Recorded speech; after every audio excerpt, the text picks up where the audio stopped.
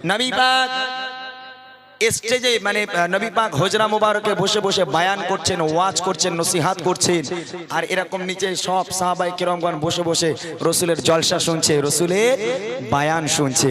হঠাৎ করে আমার নবী দূর পানে তাকিয়ে দেখলো একটা ইহুদি যুবক, ইহুদি মানে ইমানদার নয়, বেঈমান যুবক পিছনে বসে বসে নবীর কথা শুনে, বায়ান শুনে। আমার নবী পাকে লক্ষ্য গেল, চোখ গেল, এই যুবক কি জন্য এসেছো? তোমাকে তো মুসলিম মনে হয় না, কেন এসেছো বাবা? তুমি কি কলমা পড়বে, ঈমান আনবে? যুবক বলছে, আরে মোহাম্মদ তোমার উপর কেটা কলমা পড়বে? তুমি তো পাগল, তুমি নিজেকে নবী বলো, তোমার উপর কলমা টলমা পড়তে আসেনি, তাহলে কেন বসে আছো? বলে, হে মোহাম্মদ, দূর থেকে দাঁড়িয়ে দাঁড়িয়ে শুনছিলাম তুমি তোমার সাহাবাদের নিয়ে বায়ান দিচ্ছ, ওয়াজ করছো, তোমার কথা এত মধুর লাগছে, তোমার কথা এত মিষ্টি লাগছে, আমি যুবক চলে যেতে পারলাম না, তাই তোমার কথা শোনার জন্য বসে আছি। জোরে বলবেন না সুবহানাল্লাহ? যারা বেঈমান বেদিন তারাও আমার নবীর কথায় পাগল, তবে সেই যুবক যে নবীকে পাগল বলে বসে আছে, তোমার উপরে ঈমান আনবো না, ছোট্ট করে গাইবো, ভালো লাগলেও শুনুন, না লাগলেও শুনুন, বুঝতে পারবেন যে শেষ পর্যন্ত সেই ইহুদি যুবক আল্লাহ রসুলের কতটা প্রিয় হচ্ছে আর কিভাবে হচ্ছে সেটা শুনুন, তাহলে বুঝতে পারবেন আমার নবীর আদর্শ কাকে বলা হয়। কবি ছন্দের মাধ্যমে লিখছে, দেখেন, নূর চেহারা মায়াতে ভরা, রোশনি ছলকায় নূরের ফোয়ারা, দেখি তো যারা হয়ে দিশাহারা, একই অপরূপ রূপের নজারা। নূর চেহারা মায়াতে ভরা, রোশনি ছলকায় নূরের ফোয়ারা, দেখি তো যারা হয়ে দিশাহারা, একই অপরূপ রূপের নজারা। ঠোঁটের মাঝে আছে জাদু মধুতে ভরা, ঠোঁটের মাঝে আছে জাদু মধুতে ভরা, একটিবার দেখলে চাই মন দেখতে দুবারা। নূর চেহারা মায়াতে ভরা, রোশনি ছলকায় নূরের ফোয়ারা, দেখি তো যারা হয়ে দিশাহারা, একই অপরূপ রূপের নজারা। ঠোঁটের মাঝে আছে জাদু মধুতে ভরা, ঠোঁটের মাঝে আছে জাদু মধুতে ভরা, একটিবার দেখলে চাই মন দেখতে দুবারা। নূর চেহারা মায়াতে ভরা, রোশনি ছলকায় নূরের ফোয়ারা, দেখি তো যারা হয়ে দিশাহারা, একই অপরূপ রূপের নজারা। পেছনে তুমি তো ঈমান আনবে না। হে মুহাম্মদ, তোমার কথা বড় মধুর, তোমার কথায় জাদু আছে মুহাম্মদ, তোমার কথা খুব মিষ্টি লাগছে, তবে আমি ঈমান আনবো না, তোমার কথা শোনার জন্য বসে আছি। দেখেন শেষ পর্যন্ত কি হয়। নবীর কাছে এসে বসে এক ইহুদি, প্রশ্ন তারি করে আমার দয়ারি নবী। নবীর কাছে এসে বসে এক ইহুদি, প্রশ্ন তারি করে আমার দয়ারি নবী। কেন এসেছো বলো আমার দরবারে, কেন এসেছো বলো আমার দরবারে, তাকিয়াছো কেন আমার মায়ের নজরে। আনবে কি ঈমান পড়বে কলেমা, আনবে কি ঈমান পড়বে কলেমা, যুবক বলে ঈমান আনবো না, আনবে কি ঈমান পড়বে কলেমা, যুবক বলে ঈমান আনবো না। ঠোঁটের মাঝে আছে জাদু মধুতে ভরা, ঠোঁটের মাঝে আছে জাদু মধুতে ভরা, একটিবার দেখলে চাই মন দেখতে দুবারা। নূর চেহারা মায়াতে ভরা, রোশনি ছলকায় নূরের ফোয়ারা, দেখি তো যারা হয়ে দিশাহারা, একই অপরূপ রূপের নজারা। এইবারে দেখেন ওই যুবক বাড়ি চলে গেল, বাড়ি গিয়ে খেতে যায়, ঘুমাতে যায়, যেখানেই যায় শুধু নবী পাকের হাসি মনে পড়ে আর নবী পাকের কথা মনে পড়ে। এই নবীর মুখ ছাড়া, কথা ছাড়া পৃথিবীর আর কোনো কথা, কোনো জিনিস ওই যুবকের ব্রেনটে আর আসে না, পাগল হয়ে যাচ্ছে, যেখানে যায় শুধু মুহাম্মদের কথা মনে পড়ে। পরের দিন আবার গেল, দেখছে আমার নবী পাক বায়ান দিচ্ছেন, জলসা করছেন সাহাবায়ে কেরামদের নিয়ে, আবার ওই যুবক পেছনে গিয়ে বসে আছে। এই যুবক, আজ কি ব্যাপার, ঈমান আনবে না বলেছে, আবার কেন এসেছো? বলে, হে মুহাম্মদ, একটা বিপদে পড়েছি। কি বিপদ? বলে, আমি কালকের ঈমান আনবো না বলেছিলাম, আপনি একটা মুচকি হাসি দিয়েছিলেন। হে মুহাম্মদ, কি বলবো, বাড়িতে যাই, খেতে যাই, ঘুমাতে যাই, শুধু আপনার মুখ মনে পড়ে, আপনার হাসি মনে পড়ে, আমি খুব পেরেশানিতে পড়ে গেছি, আমি একদম একা একা থাকতে পারছি না, তাহলে এখন উপায়? যুবক বলছে ইয়া রাসূলুল্লাহ আমি কলমা পড়বো। জোরে বলুন সুবহানাল্লাহ। আমি কলমা পড়বো। আমার নবী বলে আলহামদুলিল্লাহ, এসো বাবা কলমা পড়ো, আমার হাতে হাত দিয়ে মুসলমান হও। নবীর হাতে হাত দিয়ে মুসলমান হয়ে গেল। বলে ইয়া রাসূলুল্লাহ একটা শর্ত আছে, তাহলে কলমা পড়বো। আল্লাহ রাসূল বলছে কলমা পড়ার জন্য শর্ত লাগে? বলে আমার একটা আছে, মানতে হবে। কি শর্ত? বলো দেখি তোমার কি শর্ত?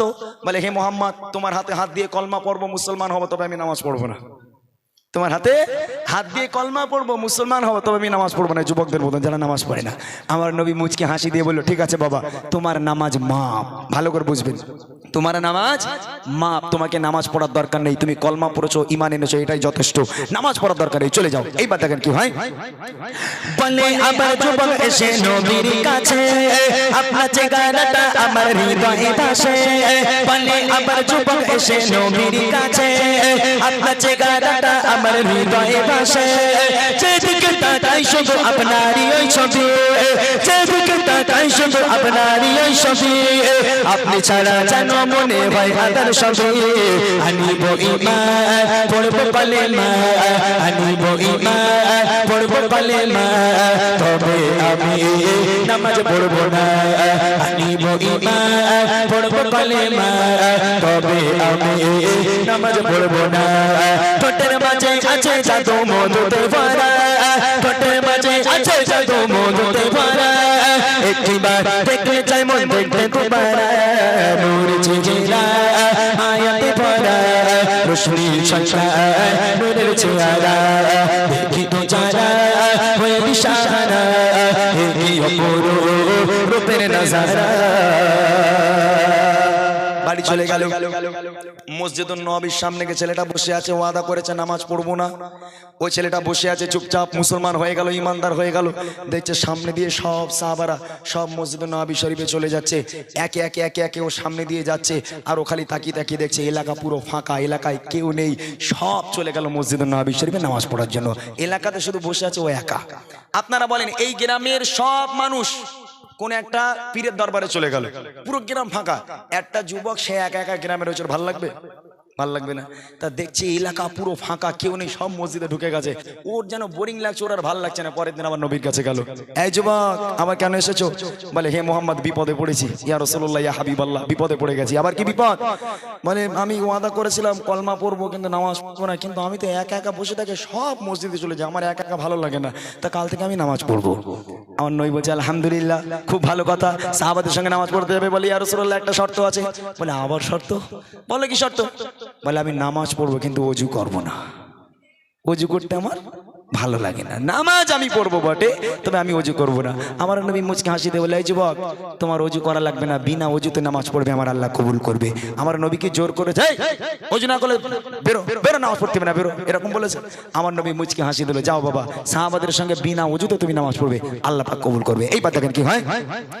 পুনরায় এসে আবার বলে ওই যুবক, একা একা লাগে যখন নামাজে যায় সাত। পুনরায় এসে আবার বলে ওই যুবক, একা একা লাগে যখন নামাজে যায় সাত। যাবো আমি পড়তে নামাজ সবারই সাথে, যাবো আমি পড়তে নামাজ সবারই সাথে, তবে আমার ছোট্ট একটা শর্ত আছে।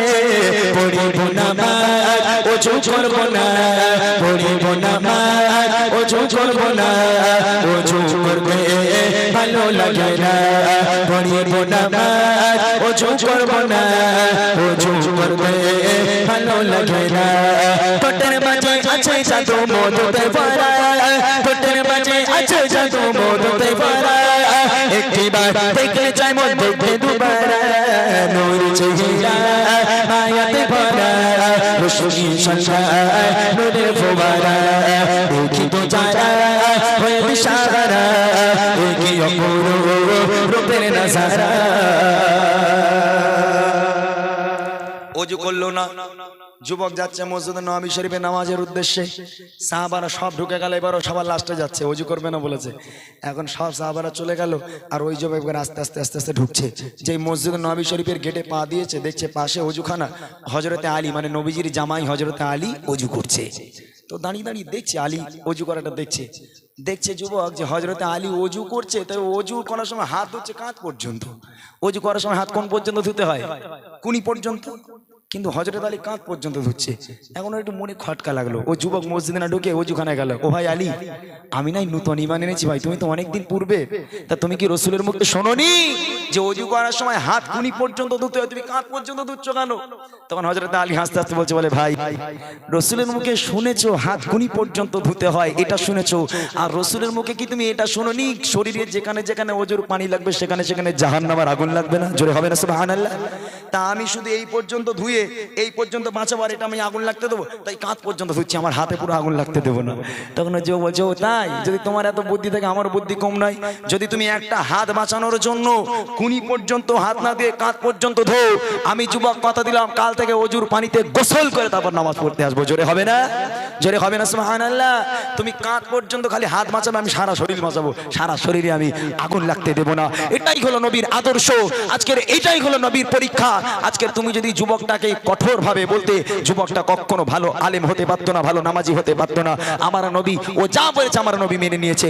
আস্তে আস্তে যুবক নিজেই নামাজ পড়া ধরেছে, নিজেই ওযু করা শিখেছে এবং শেষ পর্যন্ত আল্লাহ রাসূলের একজন বড় সাহাবায় পরিণত হয়েছে।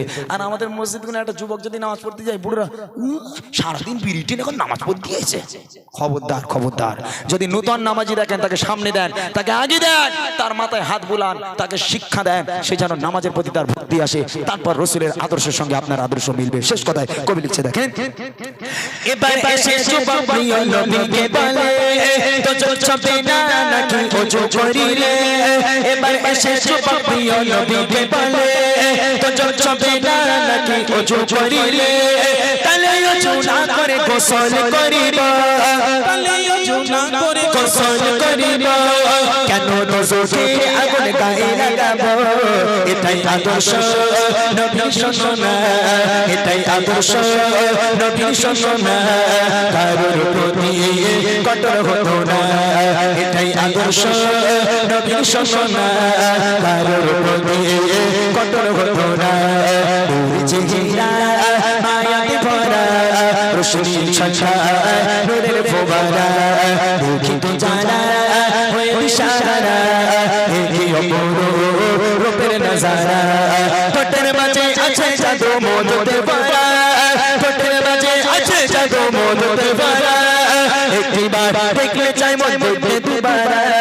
নূর চেহারা মায়াতে ভরা, রোশনি ছটা নূরের ফোয়ারা, দুঃখিত যারা হয়ে ইশারা, একি অপরূপ রূপের নজারা, দুঃখিত যারা হয়ে ইশারা।